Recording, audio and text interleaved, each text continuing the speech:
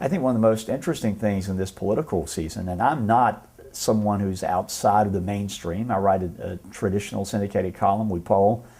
But I could see very clearly that the media wanted to ignore Ron Paul. And now, you know, admittedly, he may not be the most telegenic guy in the world, and you can't say that everybody agrees with all of his ideas, but he was a relevant factor in this presidential race, so relevant, in fact, that I argue that in combination, Ron Paul and the combination of Ron Paul and Mike Huckabee actually led to the nomination of John McCain. And think about it this way. I mean, Ron Paul took significant amounts of vote in both the early Iowa caucus and in New Hampshire.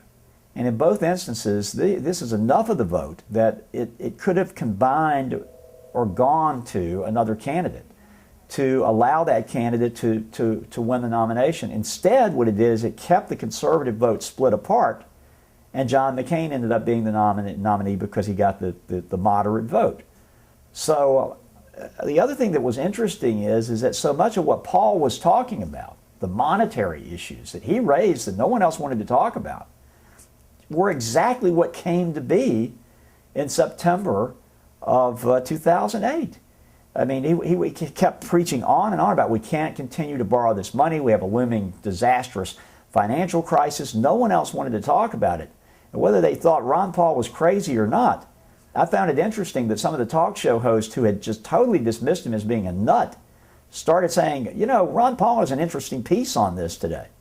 So Ron Paul was a lot more important in the 2008 race than people thought, certainly in shaping the nomination. Whether he would be determinative in terms of the actual presidency remained to be seen. We had to wait and see if the race would tighten enough so that 1 or 2% of the vote voting Libertarian or not voting or going another way might affect John McCain. Because certainly the Paul vote would go not in the direction of McCain. It would go either stay home or vote Libertarian. And that was something we had to wait and see. But certainly he was ignored by the media. And I guess the most ironic thing of all about Ron Paul being ignored was he held his own convention in Minneapolis while the Republicans held theirs in St. Paul. I write about it in the book. He attracted thousands of people. I mean, a massive number of people. They barely covered it on the networks. They acted like it didn't even exist. I found that amazing.